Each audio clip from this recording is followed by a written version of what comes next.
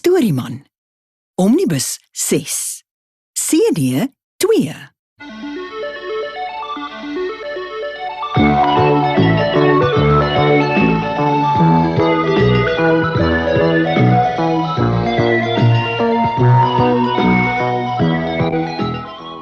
My naam is Storieman.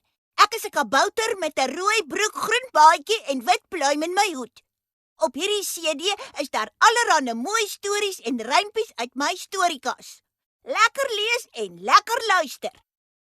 Simon se kanaal. Moenie naby die kanaal gaan nie, sê Simon se mammie. Dit sê sy 10 maal 'n dag vir Simon se susters, Trix en Paula. Trix en Paula moet vir Simon sorg en hom uit gevaar hou. Mammie trek vir Simon sy baadjie aan en kam sy hare. Toe sê sy weer vir die dogters: "Onthou nou, bly weg van daardie kanaal." Simon weet glad nie wat 'n kanaal is nie. Hoe kan hy, as hy nog nooit een gesien het nie? Vir hom is dit 'n reusagtige, skrikwekkende draak wat ergens naby die koker se meel skuil. Soms hoor hy dit brul. Een donker, winderige nag kom dit honger en kwaad na hul huis aangestorm. Dis maar goed dat die deure gesluit is en die vensters toe. Trix en Paula neem vir Simon biblioteek toe. "Simon kan met een van my kaartjies 'n boek uitneem," sê Trix. "Hy kan nie lees nie." "Nou ja, hy kan na die prentjies kyk." "Watter soort boek wil jy hê, Simon?" "'n boek oor 'n kanaal." "Nee," sê Trix. "Daar's maar een boek oor 'n kanaal. Dis te droog. Jy sal nie daarvan hou nie." Simon weet wat droog beteken. Sy pa het hom al vertel hoe 'n vreeslike ding droogte kan wees.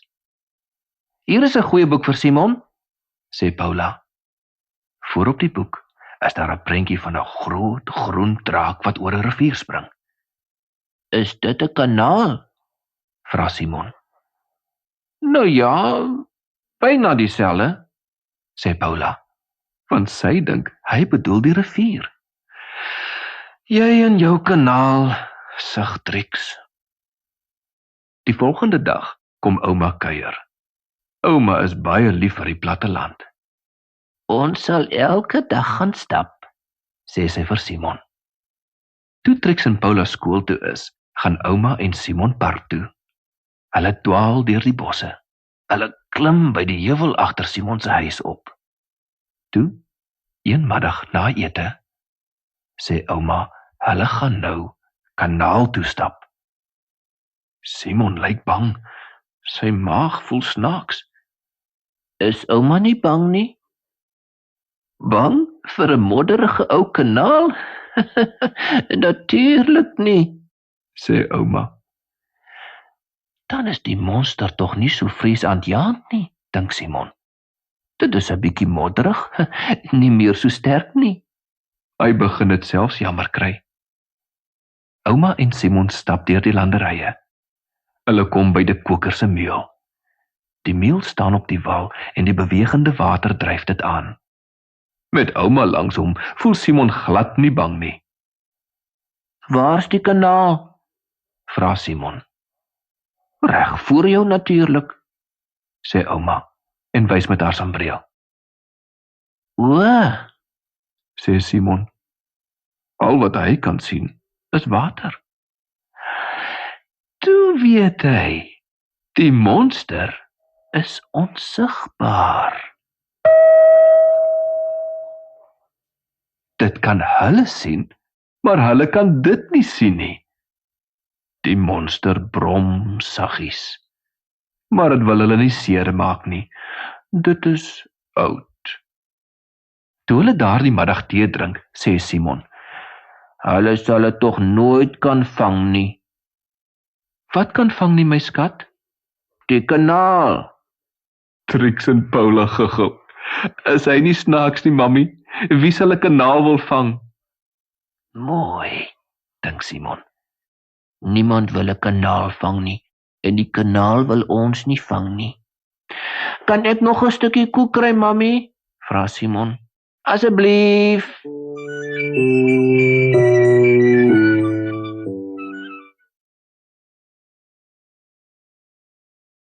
Die vriendelike beer. Op 'n goeie dag het Otto die jagter 'n wit beer gevang. Die beer was so groot, so pragtig en so vriendelik, dat hy daar en dan besluit om dit as Kersgeskenk aan die koning van Noorwe te gaan gee. Maar terwyl hulle nog so saam deur die sneeu reis, word dit donker. "Dis koud," sê Otto. "Ons moet slaapplek kry. Kyk, daar is 'n kothuis." Hy klop aan die deur en 'n stem vra: Waarom klop julle? Julle het nog nooit tevore die moeite gedoen nie. Angstige kindergesiggie stuur deur die venster. Ag, ek is jammer, Sê die boer toe hy die deur oopmaak. ek dog julle is daar die vreeslike trolle. Trolle? My vriend die beer en ek wou net 'n warm plek hê waar ons kan oornag. Julle sal in die grotte beter daarin toe wees, vriend, sê die boer se vrou. Dis waar ons nou gaan. Dis Kersaand en elke Kersaand kom 'n trop nare trolle uit die berge hierheen en maak hulle in ons kothuis tuis. Hulle eet elke krieseltjie kos en drink al ons bier. Hulle breek die meubels en gooi die borde stukkend. Dan spring hulle almal in ons beddens om te slaap. Geen een was hulle vuil voete nie. En die wat skoene dra, trek dit nie eens uit nie. Dis maar goed ons het gekom, sê Otto. Laat ons hier oornag. Ek glo nie u en u gesin sal hierdie Kersfees na die grotte hoef te gaan nie. So gesê, so gedaan. Die jagter gaan lê voor die kombuisvuur op 'n matras. Die wit beer krul hom onder die tafel op en die boer en sy gesin gaan boontoe om te gaan slaap. Toe dit middernag slaan, begin iets buite op die werf aaklig te lag en gil.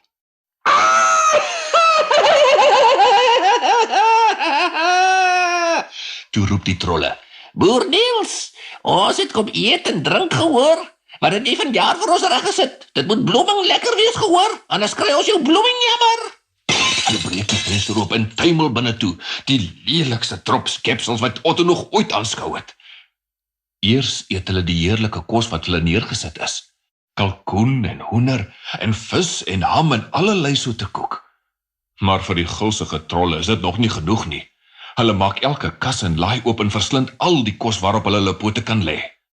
Eiers met dop en al, rou vleis, kerspuddings en lekker goed. Toe begin hulle bier suip. Na 'n ruk strompel die trolle die hele huis vol. Hulle sing so hard as hulle kan en vreeslik vals.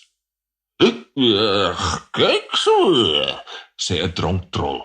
hier's 'n oulike klein kitsiekat. Die beer maak een oog oop. Hier's vir jou 'n worsie kitsie. Mompel nog 'n trol en druk 'n warm wors by die beer se neus op.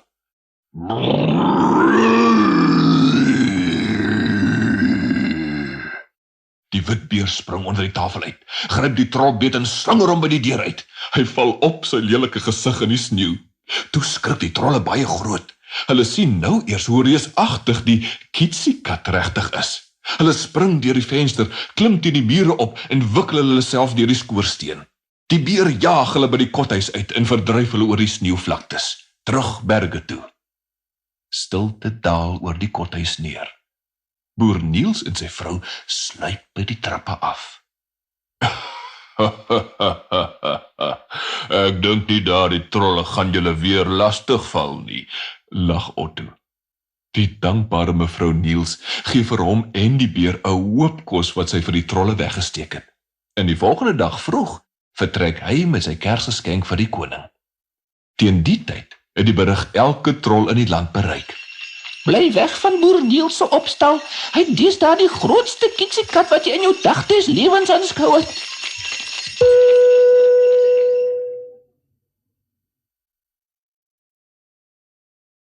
Liewe Heksie en die bikini.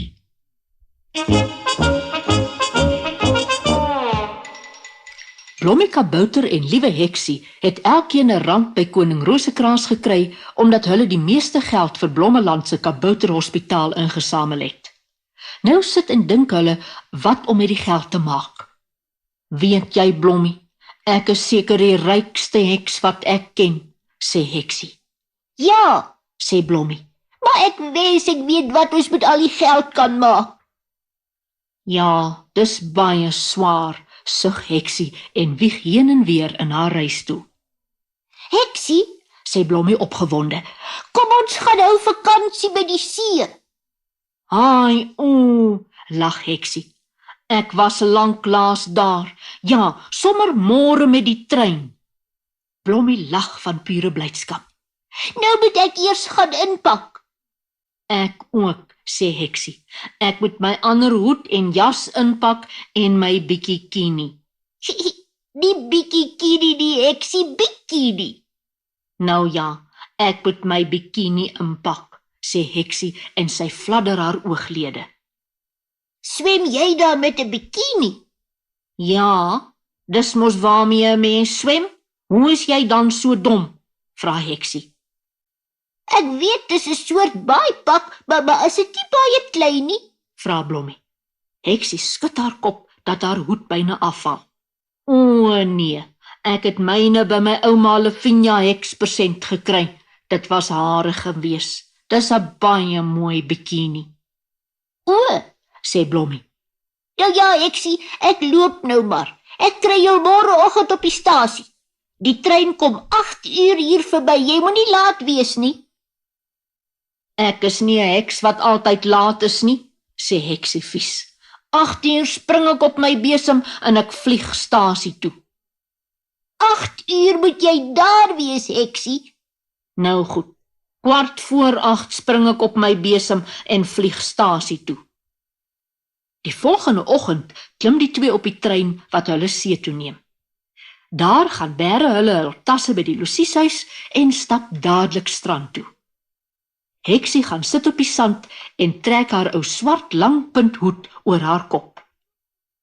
Hoekom steek jy jou kop so ver in jou hoed in, Heksie? Dis mos te warm. Sodat my gesig nie te veel in die son kom nie, Blommie. My ouma Lavinia het altyd gesê, meisiekinders se gesigte moenie so brand in die son nie. Dis vir Heksie en Blommie te lekker om na al die mense op die strand te kyk.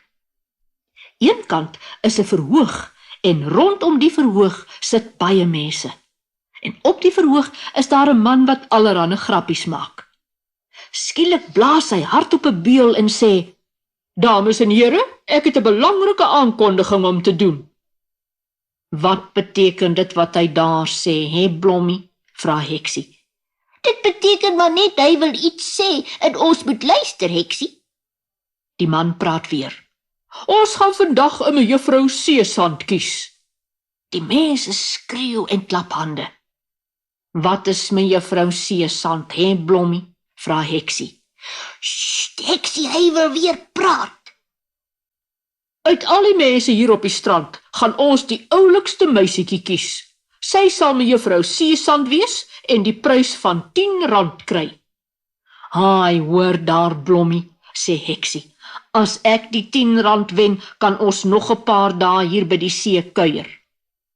Al die dames wat wil deelneem, moet hier na die verhoog kom," sê die man toe. "Ek gaan net my bikini aantrek en dan gaan ek ook," sê Heksie. Blommie is heeltemal verskrik. Heksie, jy gaan tog nie deelneem aan die kompetisie nie? "Wat is dit?" vra Heksie. Ag man, as baie mense bymekaar kom en hulle soek die mooiste een uit, dan is dit 'n kompetisie, verduidelik Blommie. "O," sê Heksie.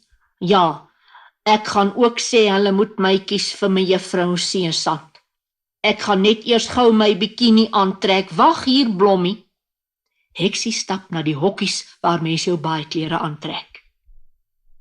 Die man op die verhoog sê die kompetisie gaan nou begin. Blommie wens dat Heksie laat sal wees, want haar hart sal baie seer wees as sy nie wen nie. Skielik hoor Blommie iemand roep, "Joe, Blommie!" Hy kyk rond. Toe sien hy vir Heksie oor die sand aangestap kom, of liewer, hy dink dis Heksie. Hy kyk mooi, hy kyk weer, en ja, so waar, dit is Heksie. Sy het die snaakste swemklere aan wat hy nog ooit gesien het. 'n Lang swempak wat tot by haar knie kom met lang moue en wit en swart strepe. Op haar kop is 'n groot swart swempet wat soos 'n ballon op haar kop sit. Blommie wil op die sand rol van die lag, maar Heksie roep weer: "Joe, Blommie, hier is ek. Hoe lyk my ouma se bikini vir jou, hè?" Al die mense by die verhoog kyk om. Toe begin hulle lag. Tot die man op die verhoog kan sy lag nie hou nie. Heksie gaan staan stil. Blommie sien hoe skaam sy kry. Sy steek haar vinger in haar mond en trek die groot swempet oor haar oë. Toe lag die mense eers. Arme Heksie weet nie wat om te doen nie en Blommie kan sien sy gaan huil. Hy staan op, maar skielik skreeu 'n vrou: "Help, dief! 'n Dief het my oorlosie gesteel." Blommie sien dat die dief met die oorlosie in sy hand naby Heksie gaan verbyhardloop. Blommie se beentjies is te kort om vinnig te hardloop. Hy skreeu hard: Heksie, die dief hardloop daar na jou toe, keer hom. Heksie staan steeds met haar swempet oor haar oë en haar vinger in haar mond. Maar skielik steek sy haar een lang maarbeen na die kant toe uit en daar val die dief dat hy sommer so skuif in die sand. Sy het hom gekeer, skreeu die mense. 'n Polisieman is gou daar en gee vir die vrou haar oorlosie. Sy sê vir Heksie: "Ag, baie dankie juffrou. As jy nie gekeer het nie, sou die dief met my oorlosie weggekom het." Heksie het intussen haar pet uit haar oë gehaal en haar vinger uit haar mond. "Haai, hoor jy, Blommie, sy sê vir my juffrou," sê Heksie en sy lag te lekker. "Wat is jou naam?" vra die vrou. "My naam is mejuffrou Lavinia, liewe Heksie." "Dis mos reg, hè, Blommie?" fluister Heksie. Ja, min of meer. "Ek dink ons moet vir mejuffrou Lavinia, liewe Heksie, mejuffrou Seesand maak," sê die vrou. Ja, skreeu al die mense. "Ja, kom hier na die verhoog toe, juffrou," sê die man. "Kom saam, Blommie," sê Heksie en sy gryp Blommie se hand. Heksie en Blommie klim op die verhoog en almal klap hande. Die man sê: "Ons maak jou mejuffrou Seesand en jy wen die prys van R10. Toe klap die mense eers. Die man gee vir Heksie die R10 en sy buig vir die mense. Toe alles verby is, swem Heksie en Blommie 'n rukkie en toe gaan hulle na die plek waar hulle bly. Daardie aand na ete sê Heksie: "Blommie, hoekom dink jy het die mense so vir my gelag toe ek met my bikini uitgekom het?" Ag, Heksie, dis seker omdat jy vir hulle so oulik was. Ja, weet jy, ek het self gedink ek lyk oulik, sê Heksie.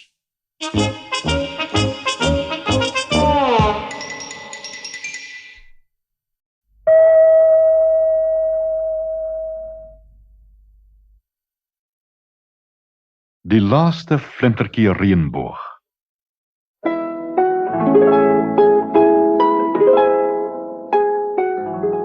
Jakkie stap elke dag van die skool af huis toe.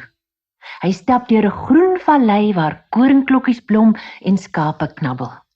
Terwyl hy stap, fluit hy 'n deuntjie. Jakkie kan meer deuntjies fluit as enige ander kind op skool en hy kan elke deuntjie onthou wat hy ooit gehoor het. Dit was omdat hy in 'n windmeul gebore is. En op die oomblik van sy geboorte het die suidewind geswaai en wes geword. Nou kan Jakkie die wind sien terwyl dit swaai. En dit is iets wat baie min mense kan doen. Terwyl Jakkie eendag met die bospaadjie huis toe stap, hoor hy die westewind kla en sug. O wee, ag nee, en ag nee, ek het dit vergeet. Wat het jy vergeet, wind? Vra Jakkie en kyk na die wind. Die wind is bruin en blou en golwend met goue tinte. My deuntjie, my gunsteling deuntjie. Die een? Vra Jakkie en hy fluit dit.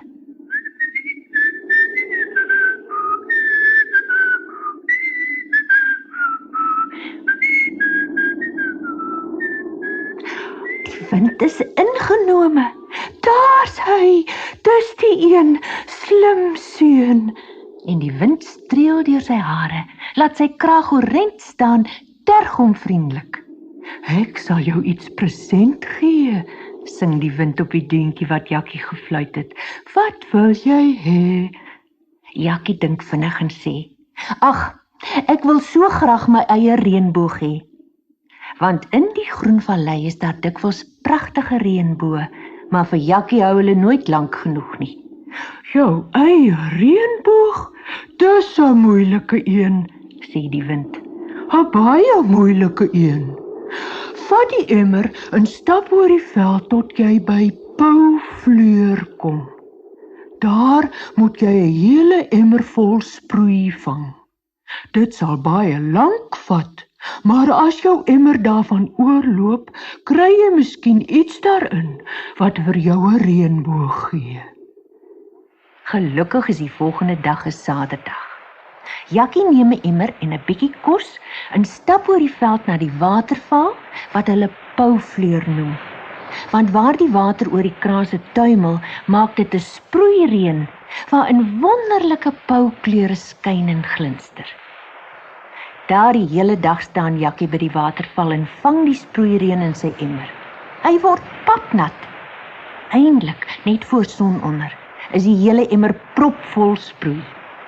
En nou, in die emmer, sien hy iets wat vinnig in die rondte swem. Iets wat soos 'n reënboog glinster. Dit is 'n vis. Wie is jy? Sê Jakkie. Ek is die gees van die waterval. Gooi my terug en jy kry 'n geskenk. Ja, sê Jakkie. Ja, ek sal jou teruggooi. En mag ek asseblief my eie reënboog kry om in my sak te hou? Sê die watervalgees. Ek sal jou een gee, maar reënboog is moeilike goed om te hou. Dit sal my verbaas as jy dit selfs tot by die huis kan dra. Nou ja, hier is dit. En terwyl die watervalgees met 'n hoë boog in die waterval terugspring, is dit asof 'n reënboog uit die sproei in Jakkie se emmer gegiet word. Hoe pragtig! Jakkie gryp die reënboog, hou dit soos 'n sterp in sy twee hande en bewonder die skitterende kleure. Hy rol dit versigtig op, sit dit in sy sak en begin huis toe stap. Op pad huis toe gaan hy deur 'n woud en op 'n donker plek tussen die bome hoor hy iemand jammerlik huil. Toe hy gaan kyk wat dit is, vind hy 'n ratel in 'n slagyster. Seun, my liewe seun, kreun die ratel. Laat my vry, anders kom mense met honde en maak my dood.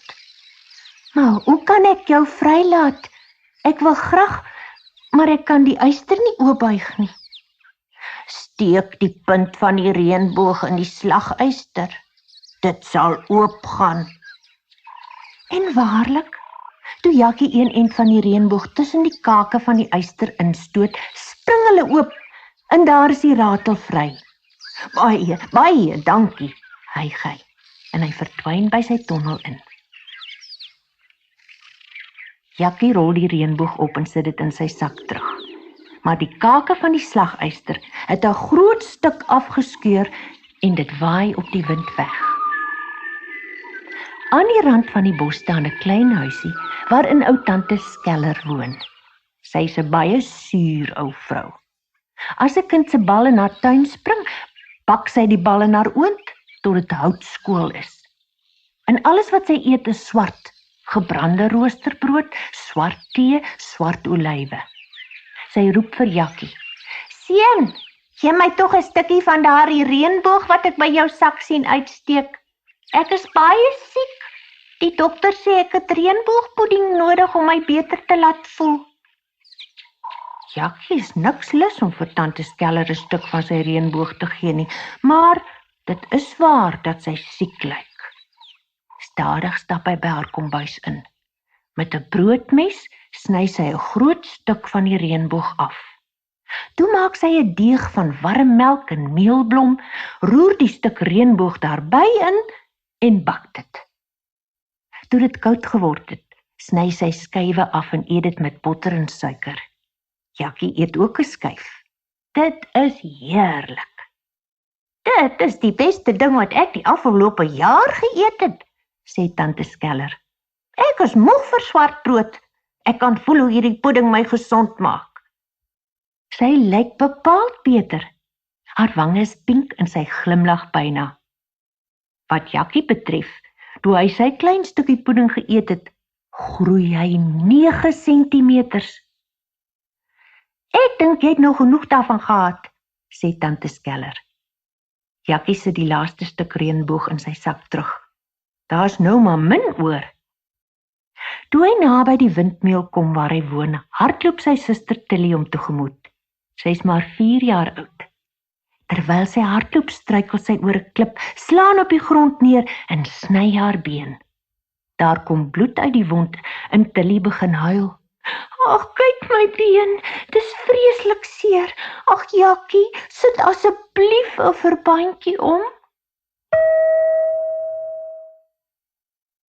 Wel, wat kan Jakkie doen?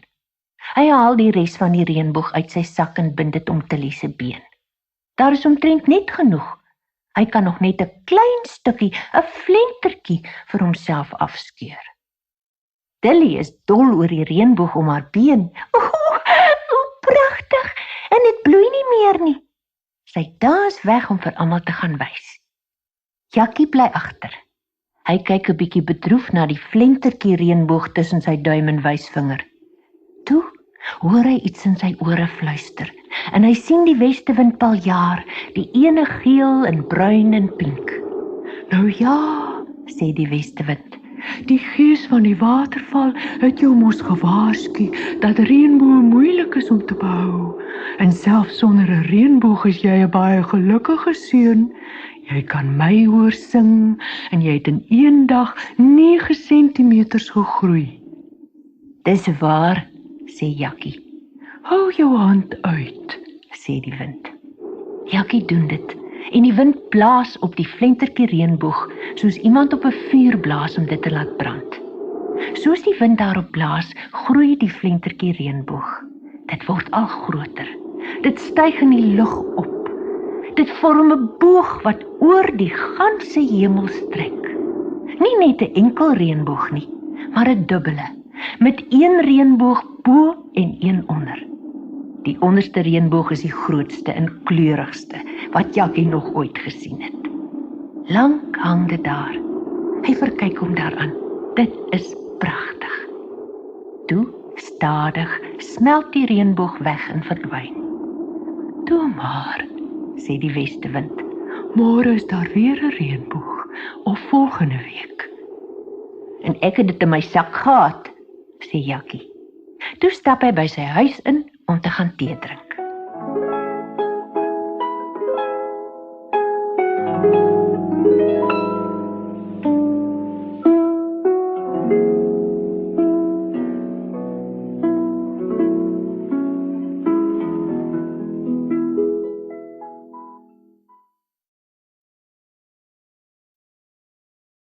Ons volgende verhaal kom uit Japan. Het julle al Japanees gehoor? Hier is 'n haiku, 'n kort gediggie van 300 jaar gelede. Ichi naka wa mono no nioi ya natsu no tsuki. In Afrikaans is dit: in stee, strate, al die geure van die stad, die midsomermaan. En nou ons storie, die parasol. Die parasol. Minhee verjaar in die warm seisoen wanneer die son die aarde skroei en almal skadu soek. Haar verjaardagpresent is 'n parasol, 'n ligte kleurige sonsambreel. Kan ek maar met 'n nuwe parasol gaan stap? Vra sy. Goed, antwoord haar ma. Maar nie baie ver nie en wees versigtig. Minhee stap langs 'n rysveld wat aan die soem van die oerwoud lê, toe sy 'n reuse gorilla in die boom sien sit. Liewe Jan, al wat ek kan doen is om agter my parasol te skuil en te wag tot hy my kom haal, dink Minhee. Bewend kniel sy agter haar parasol. maar niks gebeur nie. En niks gebeur nie. En toe Minnie uitloer, is dit alles stil. Die gorilla is weg. Nou is hy in die oerwoud. Sy het maar 'n klein entjie gestap, toe sy 'n groot dreigende skaduwee in die bosse sien. Dit is 'n groot dier wat na haar aankom.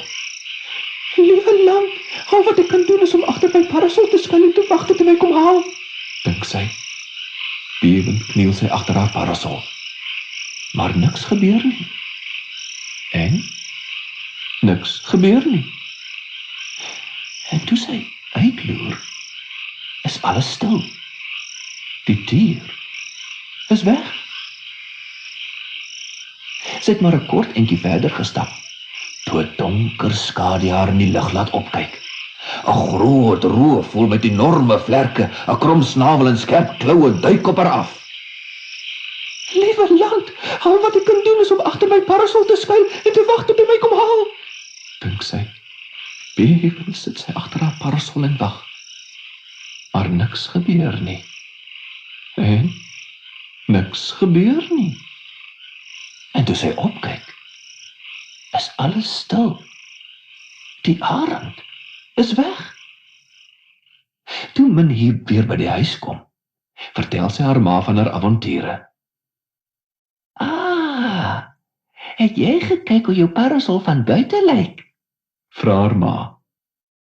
Minnie maak haar parasol oop en stap daarom om te kyk.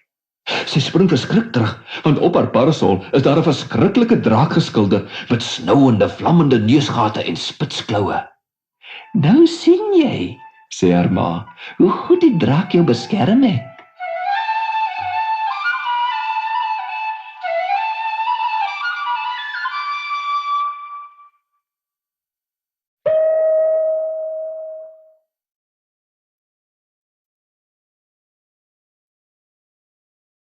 Die Gemmerbroodman.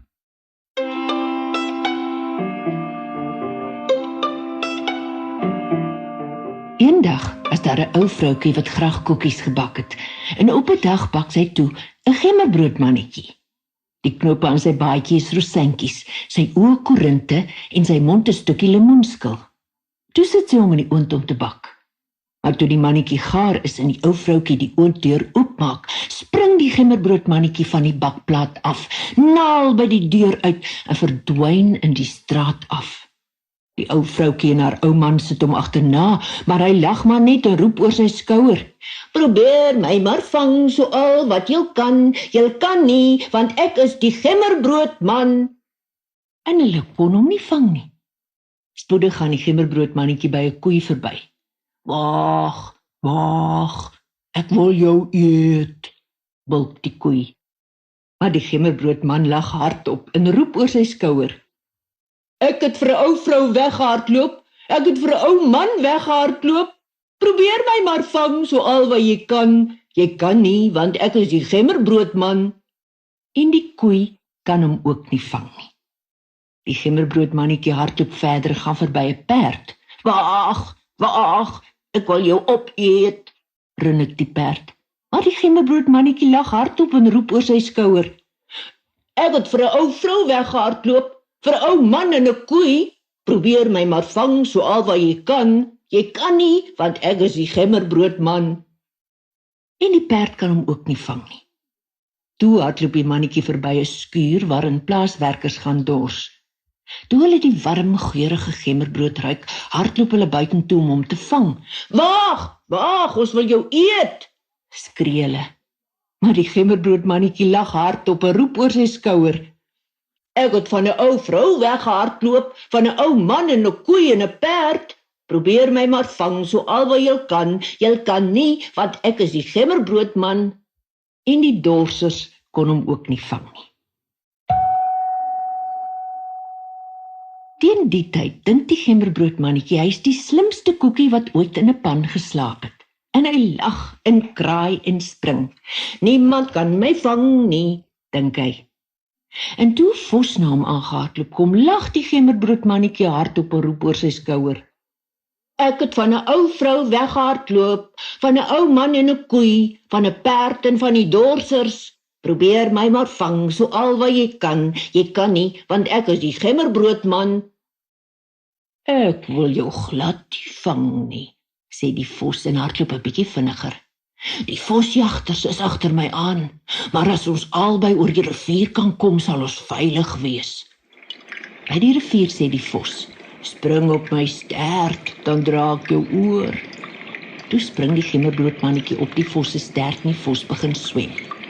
Maar na 'n paar sekondes sê hy, jy sit te swaar op my stert, klim op my rug. Toe klim die gemmerbroodmannetjie op die vos se rug. Nee, wat, op my rug is jy te naby aan die water, sê die vos toe hy eentjie verder geswem het. Spring op my skouer. Toe spring die gemmerbroodmannetjie op die vos se skouer. In die middel van die rivier roep die vos, o, goeie stuk sink, spring op my neus, gemmerbroodmannetjie. Toe spring die gemmerbroodmannetjie op die vos se neus en albei kom veilig oor die rivier. Maar toe die vos op die oorkantste wal uitklim, slinger hy die gemmerbroodmannetjie in die lug. Klik, gaan sy tande. Slup, gaan sy natrooi tong. Liewe land, sê die gemmerbroodman, ek is kwart op. Klik, gaan die vos se wit tande. Slurp, gaan sy natrooi tong. Liewe land, sê die gemmerbroodman, ek is half op. Klik, slurp, gaan die vos. Liewe land, gil die gemmerbroodman, ek is 3/4 op. Jam, jam, sê die vos. Maar die gemmerbroodman het nooit weer iets gesê nie.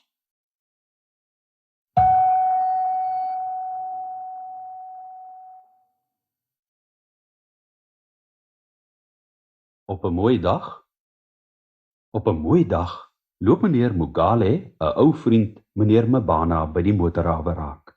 Dumelang, Sê hy in Tswana.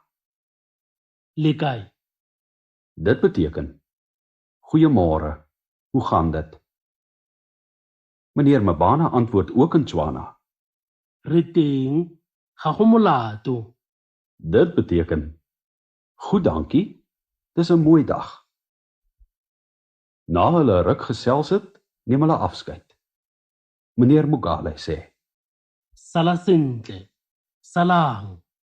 dit beteken, totsiens, mooi bly. In ons land is daar baie mense en baie tale. In ons land is byna elke dag 'n mooi dag. Kind van die son.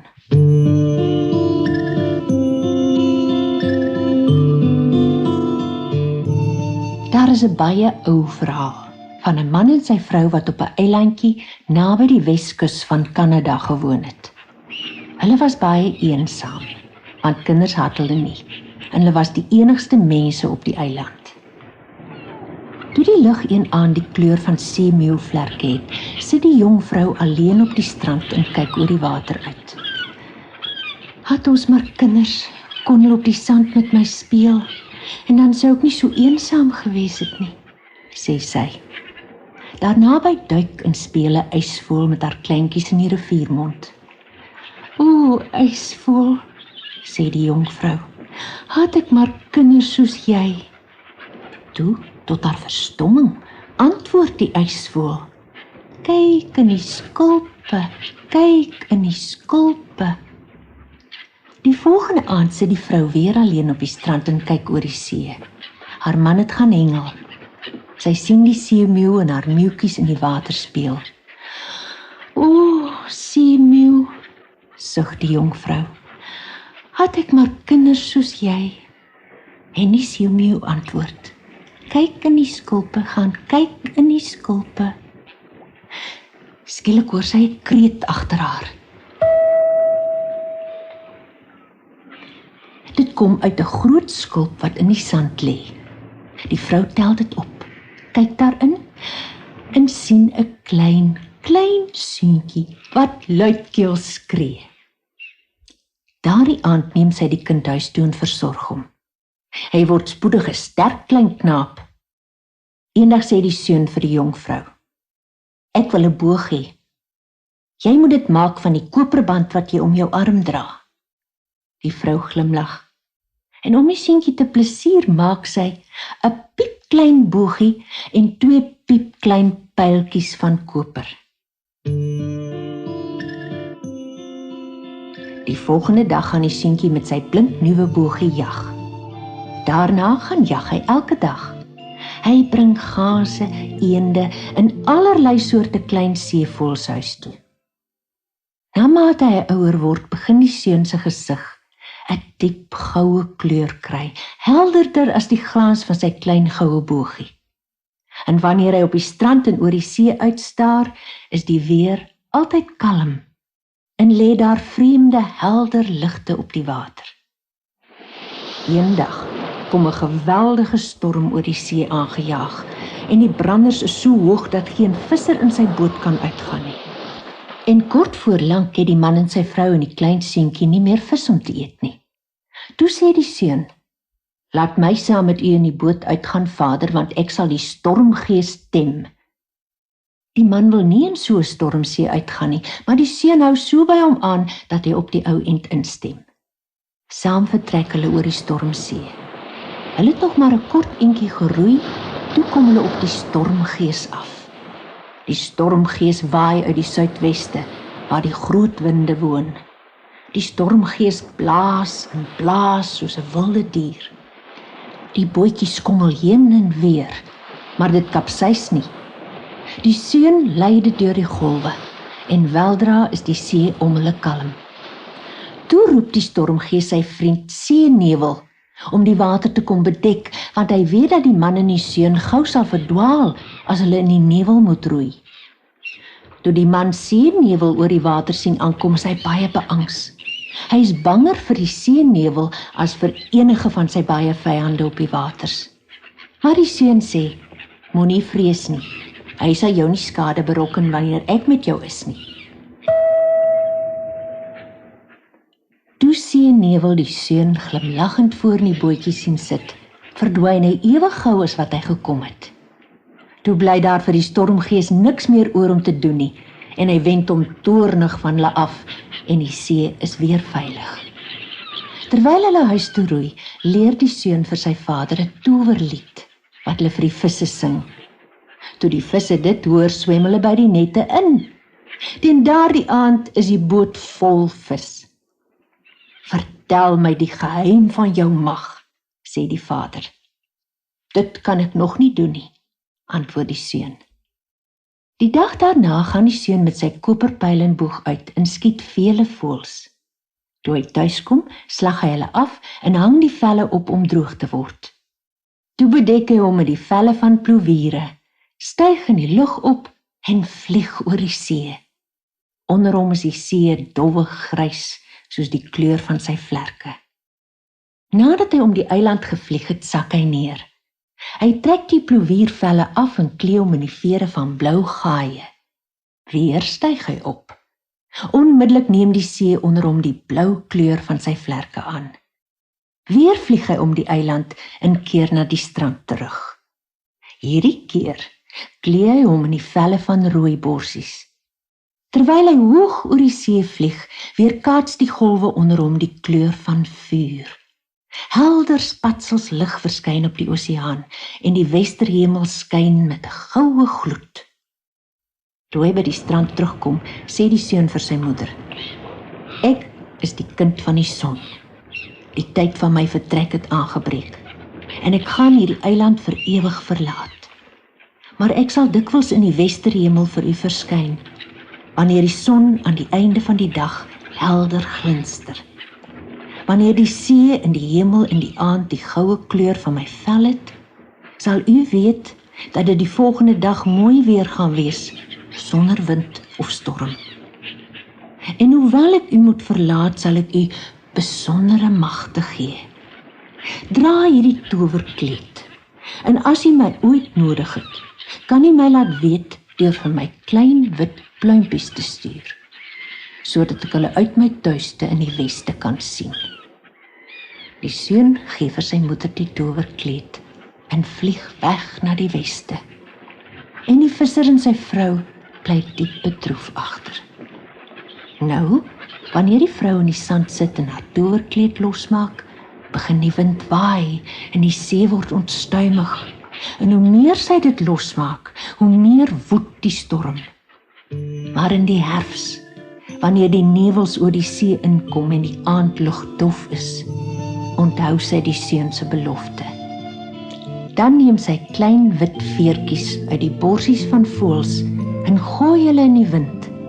Hulle word sneeuvlokkies en hulle vlieg na die weste om die seun mee te deel dat die wêreld grys en eensaam geword het en dat dit verlang om sy goue aangesig te aanskou. Dan, na die son gevlug het, verskyn die seun en die hemel word vuur en op die see lê 'n goue lig.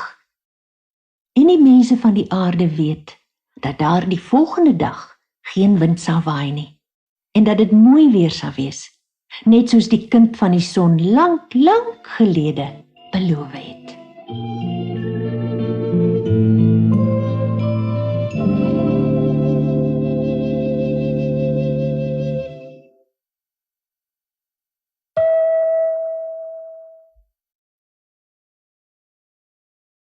Oom Stoffel eet by 'n towenaar.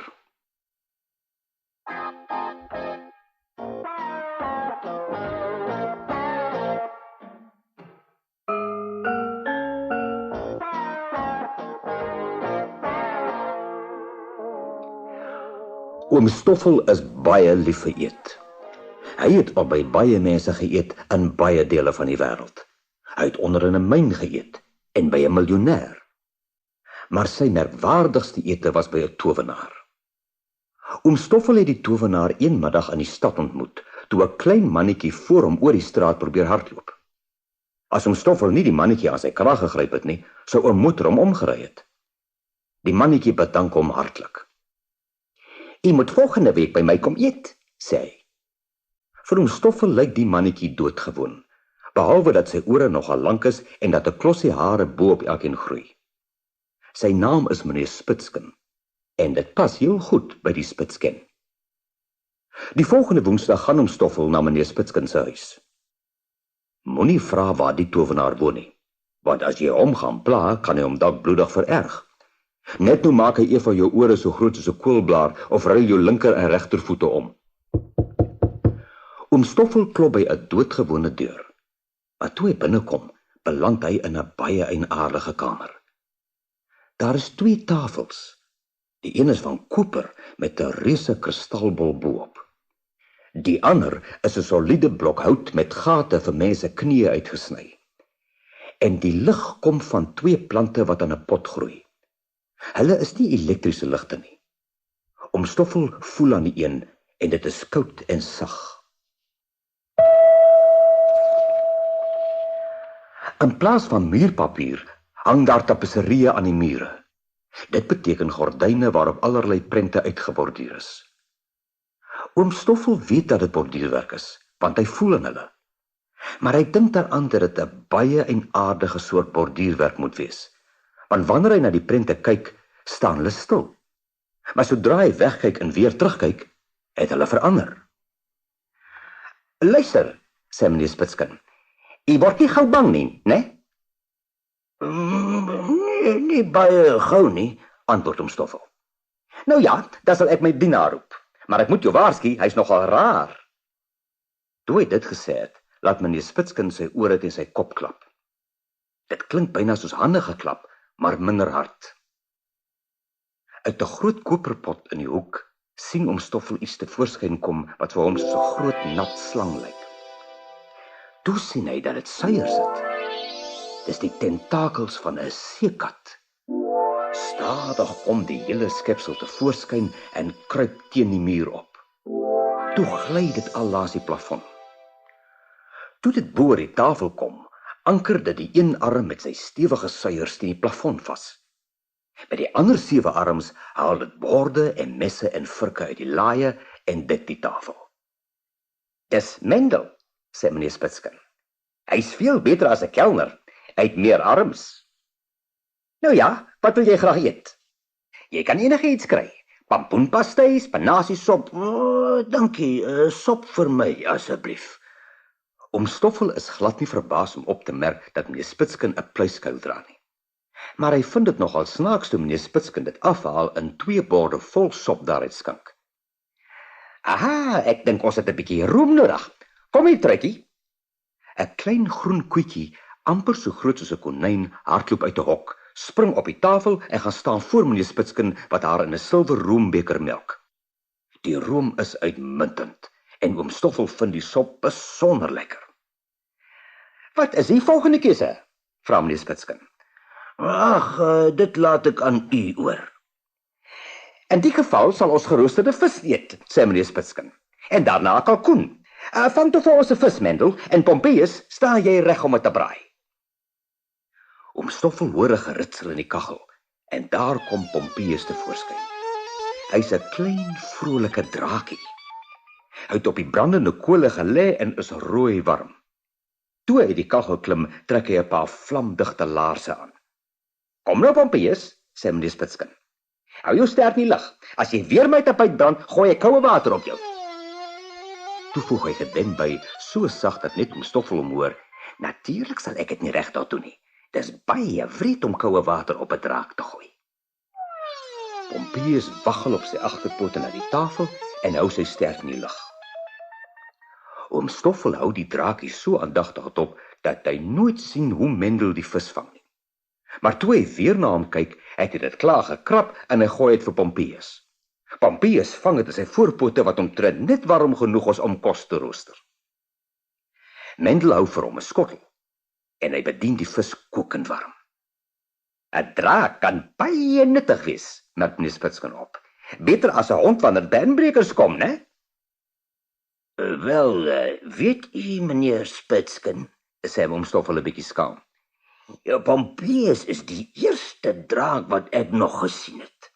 Natuurlik, hoe dom van my. Maar miskien het jy reeds geraai dat ek 'n towenaar is.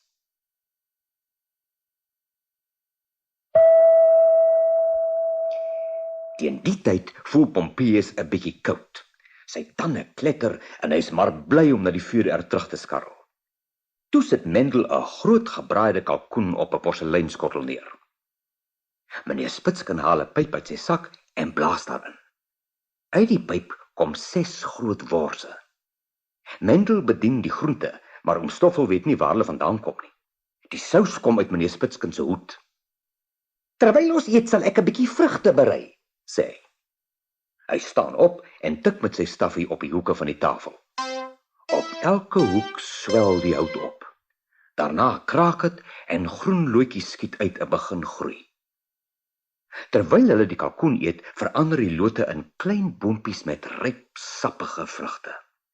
Een boom dra pragtige goue vrugte. Mangoes, sê meneer Spitsken. Die enigste ordentlike plek om 'n mango te eet is die bad, voeg hy by. Hulle is morsig, hulle het 'n taai dop, sitjie en sagte binnegoed. As jy eers deur die skil is, spuit die sap op jou uit. Maar ek sal die een toer sodat dit nie spat nie. Hy sê 'n paar toerwoorde. Toe eet oom Stoffel die mango. Dit is heerlik. Later gee meneer Spitsken oom Stoffel 5 mangoes om huis toe te neem. Maar hy moes hulle in die bad eet, want hulle was nie getoer nie. 'n Ruk later skink meneer Spitsken koffie uit sy hoed. Terwyl hulle dit drink, praat hulle oor towerkuns, rugby en honde.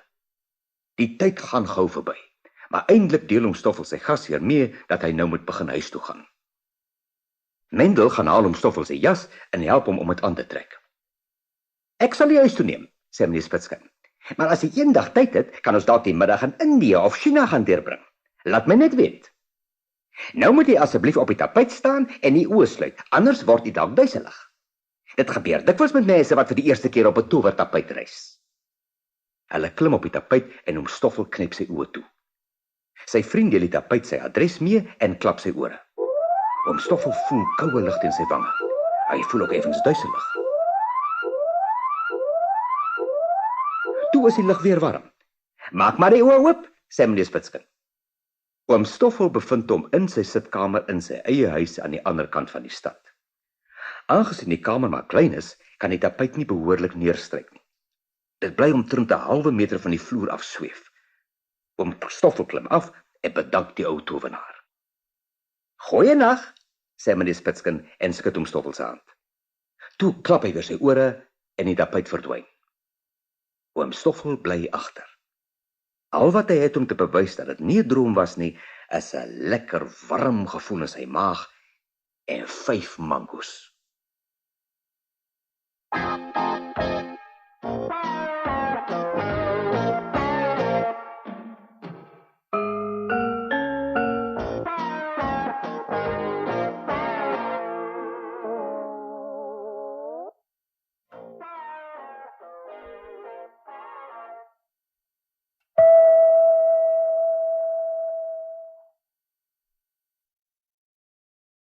Die hond en die been.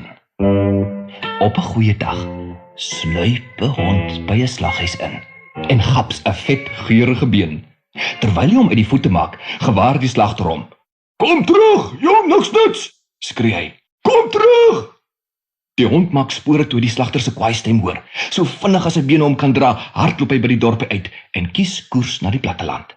Hy hol so ver en so vinnig dat hy gou moeg word. Dit help nie. Hy toe hy by 'n bruggie oor 'n stroom kom. Ek moet eenvoudig rus. Uit asem stap hy stadig tot op die brug. Die water lyk darm verfrissend, dink hy en tuur in die stroom af. Dis presies wat 'n warm dorshond nodig het. Toe, skielik rek sy oë van verbasing. Ongelooflik! Daar's 'n lelike dirasie daaronder en in sy bek het hy 'n been wat nog groter is as myne. Hy knor kwaai. Na alles wat ek deurgemaak het, verdien ek die grootste been en ek gaan dit kry ook. Dreigend maak hy sy bek oop om te blaf. En toe hoor hy 'n geplons. Die been het uit sy bek in die water geval. Die water word kalm. Toe sien die dom hond dat die hond in die stroom ook sy been verloor het. Toe eers besef hy wat gebeur het. Ag nee, huil hy. Ek het nou maar weer kaatsing in die water gekyk. Kon ek so dom gewees het en so gulsig? Nou het ek glad nie 'n been nie.